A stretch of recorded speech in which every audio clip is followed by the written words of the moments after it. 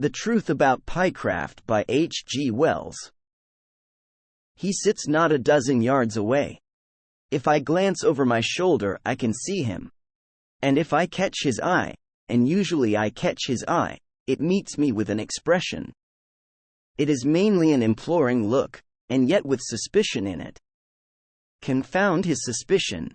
If I wanted to tell on him, I should have told long ago. I don't tell, and he ought to feel at his ease. As if anything so gross and fat as he could feel at ease. Who would believe me if I did tell? Poor old Pycraft! Great, uneasy jelly of substance! The fattest clubman in London. He sits at one of the little club tables in the huge bay by the fire, stuffing. What is he stuffing? I glance judiciously and catch him biting at a round of hot buttered tea cake, with his eyes on me. Confound him! With his eyes on me. That settles it, Pycraft. Since you will be abject, since you will behave as though I was not a man of honor, here, right under your embedded eyes, I write the thing down, the plain truth about Pycraft. The man I helped, the man I shielded, and who has requited me by making my club unendurable, absolutely unendurable, with his liquid appeal, with the perpetual, don't tell, of his looks. And, besides, why does he keep on eternally eating?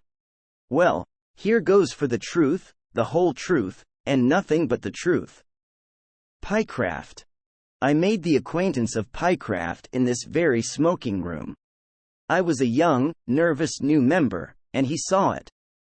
I was sitting all alone, wishing I knew more of the members, and suddenly he came, a great rolling front of chins and abdomina, towards me, and grunted and sat down in a chair close by me and wheezed for a space, and scraped for a space with a match and lit a cigar, and then addressed me.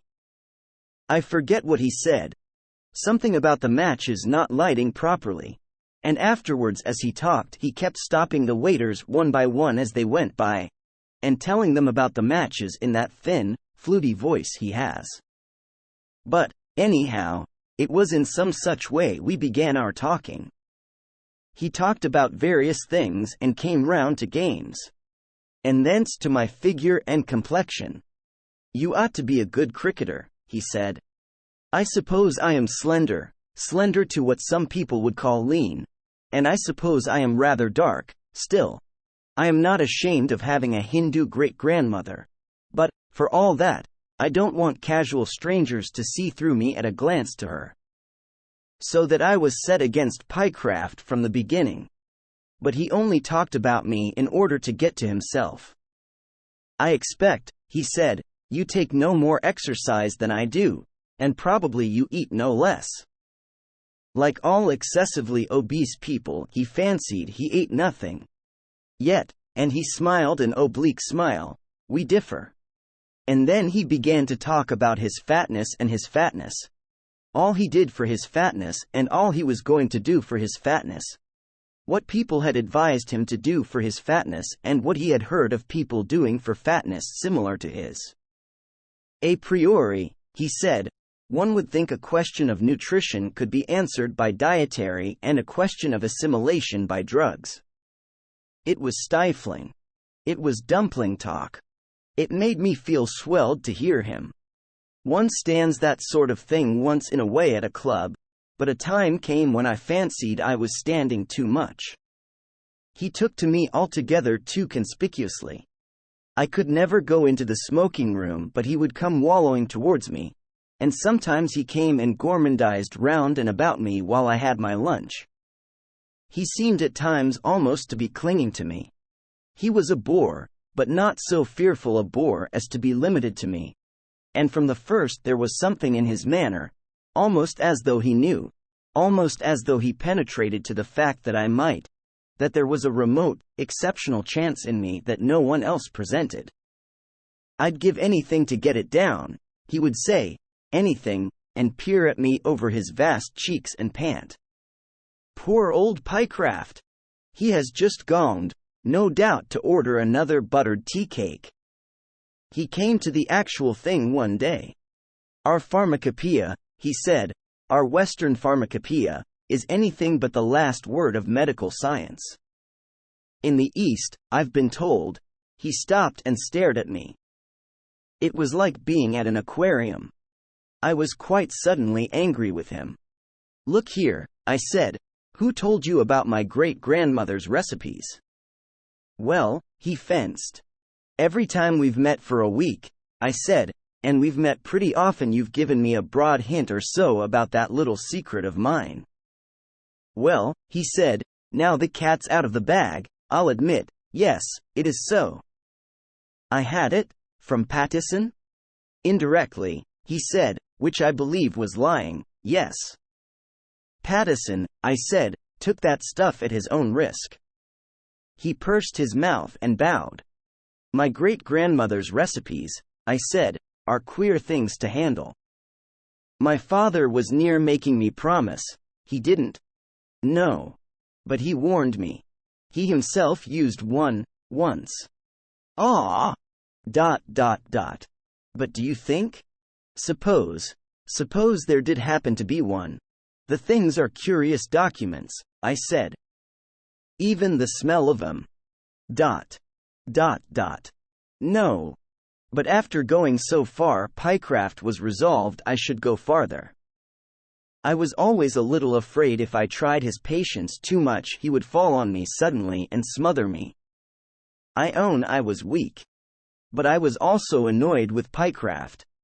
I had got to that state of feeling for him that disposed me to say, well, take the risk.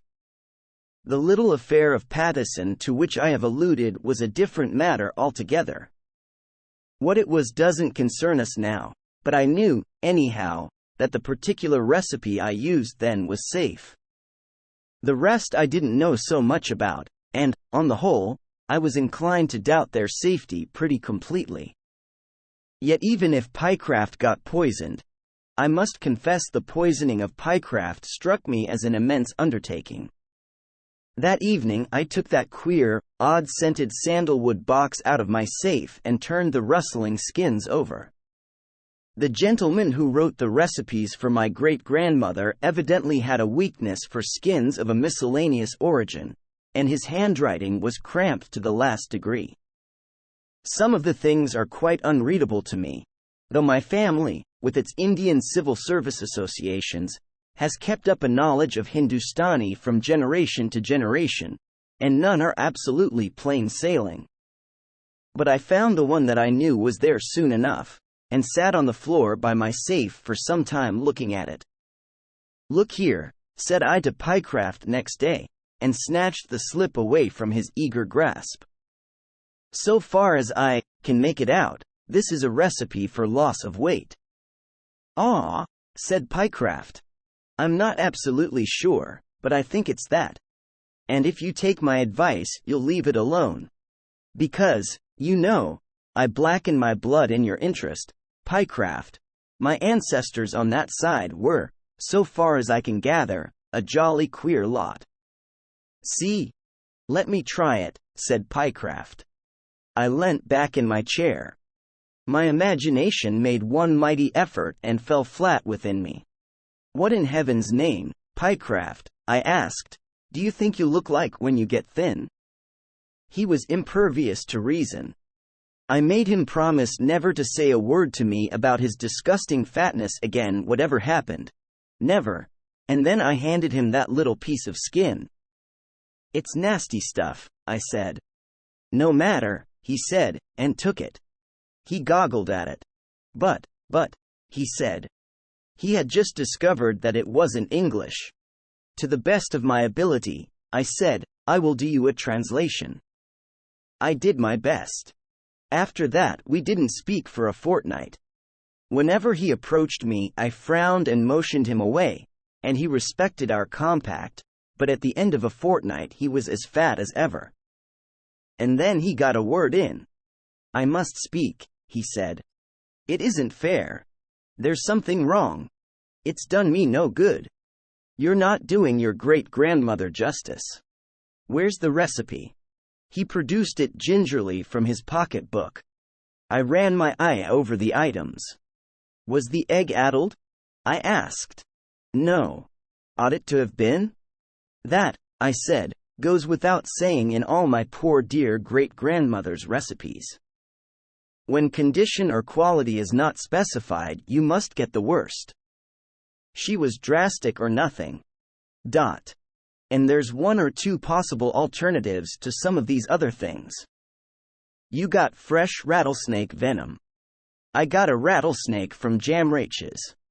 It cost. That's your affair, anyhow. This last item. I know a man who, yes. H'm. Well, I'll write the alternatives down.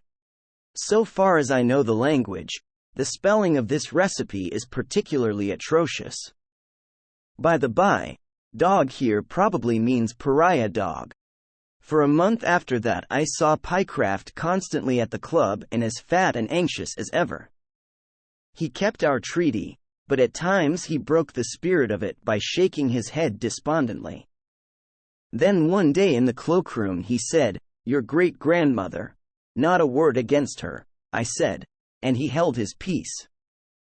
I could have fancied he had desisted, and I saw him one day talking to 3 new members about his fatness as though he was in search of other recipes. And then, quite unexpectedly, his telegram came. Mr. Formalin bawled a page boy under my nose, and I took the telegram and opened it at once. "For heaven's sake come, Pycraft." "H'm," said I, and to tell the truth I was so pleased at the rehabilitation of my great-grandmother's reputation this evidently promised that I made a most excellent lunch. I got Pycraft's address from the hall porter. Pycraft inhabited the upper half of a house in Bloomsbury, and I went there so soon as I had done my coffee and Trappistine. I did not wait to finish my cigar. "Mr. Pycraft?" said I, at the front door. They believed he was ill. He hadn't been out for 2 days. "He expects me," said I, and they sent me up. I rang the bell at the lattice door upon the landing. He shouldn't have tried it, anyhow, I said to myself. A man who eats like a pig ought to look like a pig. An obviously worthy woman, with an anxious face and a carelessly placed cap, came and surveyed me through the lattice. I gave my name and she let me in a dubious fashion. "Well?"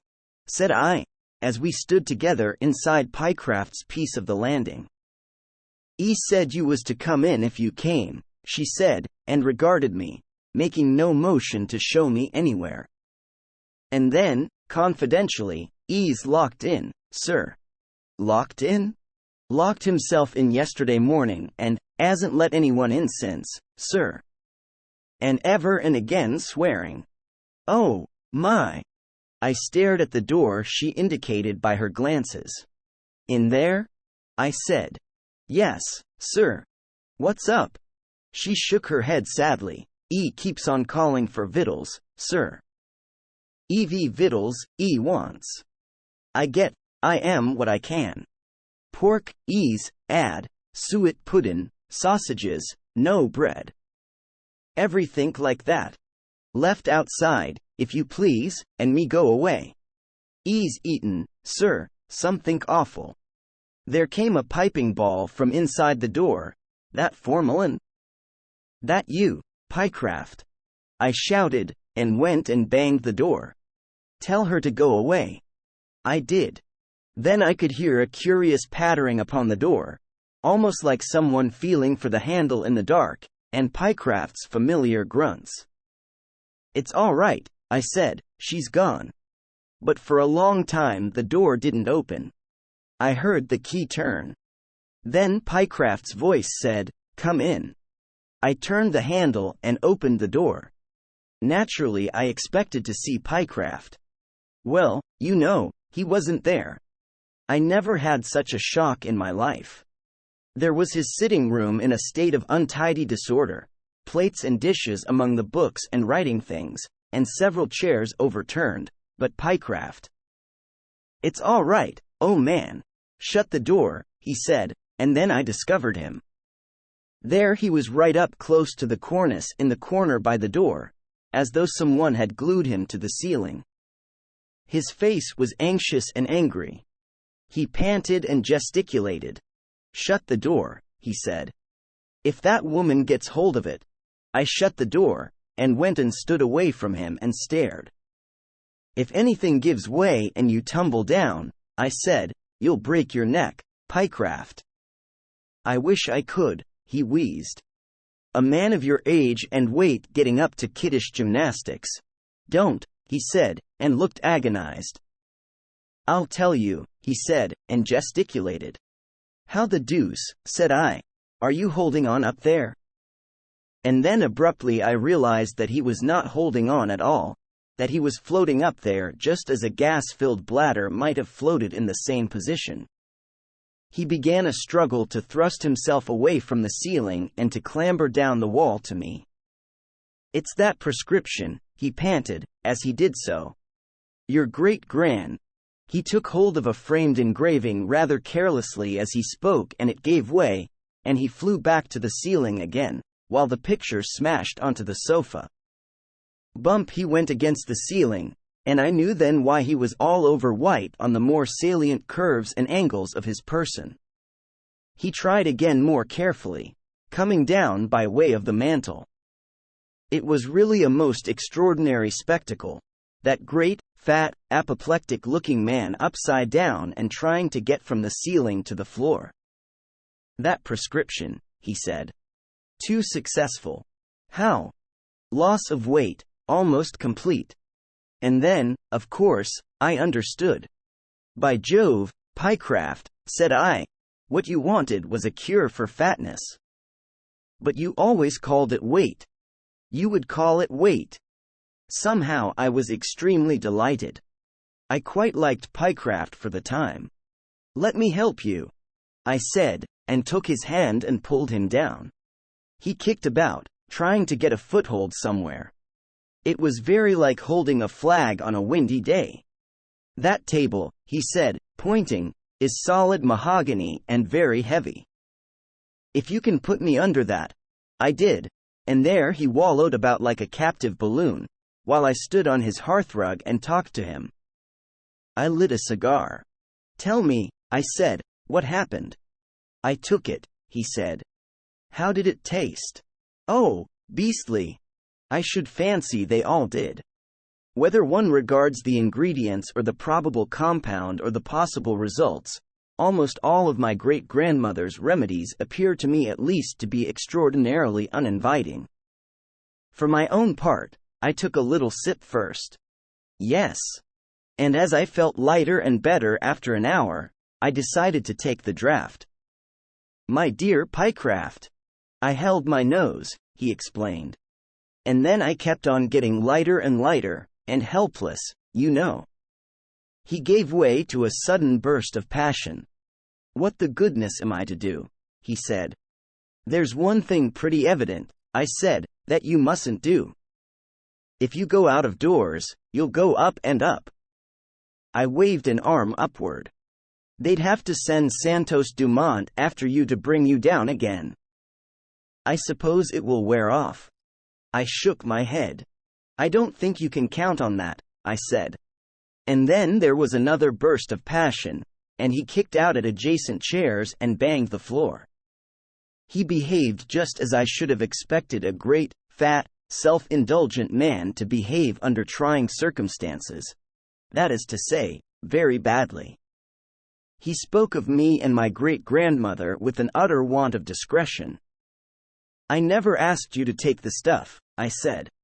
And generously disregarding the insults he was putting upon me, I sat down in his armchair and began to talk to him in a sober, friendly fashion.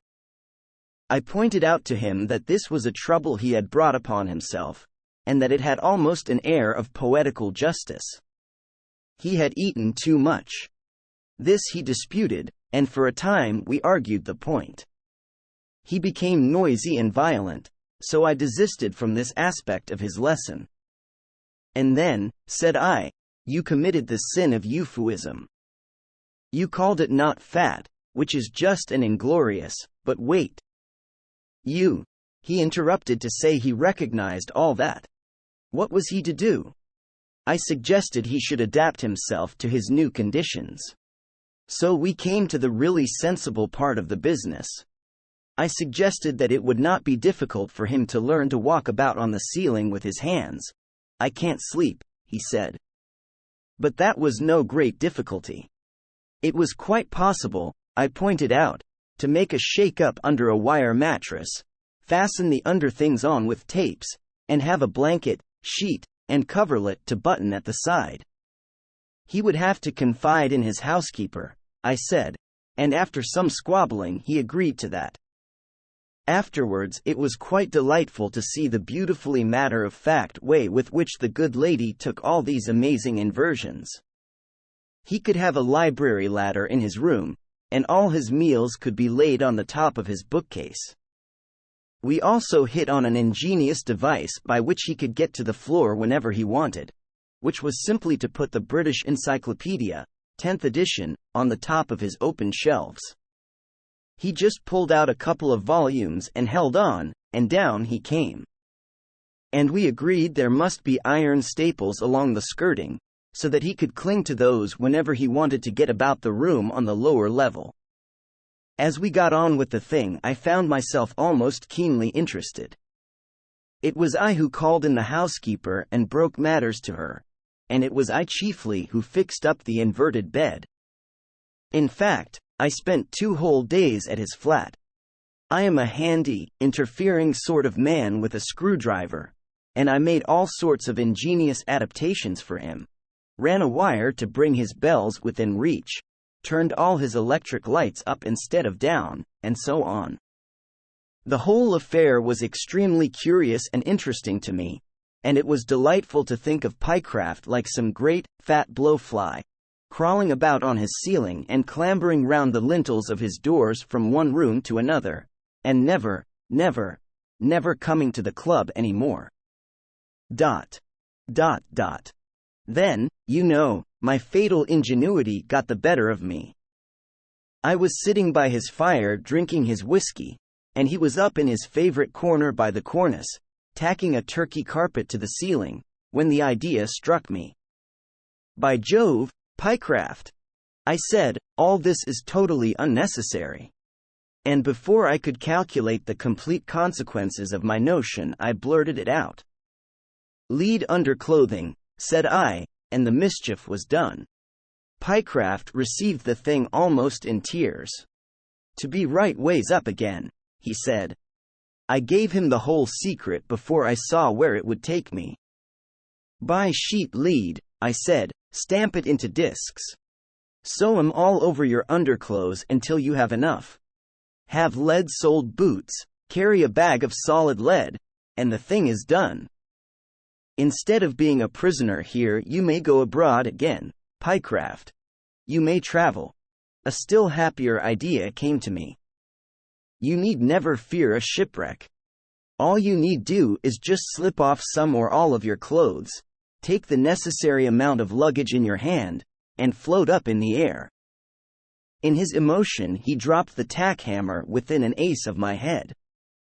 By Jove, he said, I shall be able to come back to the club again. The thing pulled me up short. By Jove, I said faintly. Yes. Of course you will. He did. He does. There he sits behind me now, stuffing, as I live, a third go of buttered tea cake. And no one in the whole world knows, except his housekeeper and me, that he weighs practically nothing, that he is a mere boring mass of assimilatory matter, mere clouds in clothing, niente, nefas, the most inconsiderable of men. There he sits watching until I have done this writing. Then, if he can, he will waylay me. He will come billowing up to me. He will tell me over again all about it, how it feels, how it doesn't feel, how he sometimes hopes it is passing off a little. And always somewhere in that fat, abundant discourse he will say, the secret's keeping, eh? If anyone knew of it, I should be so ashamed. Makes a fellow look such a fool, you know. Crawling about on a ceiling and all that. Quote. And now to elude Pycraft, occupying, as he does, an admirable strategic position between me and the door. End. Subscribe to my channel to receive notifications of new audiobooks. If you liked the material, you can give it a thumbs up.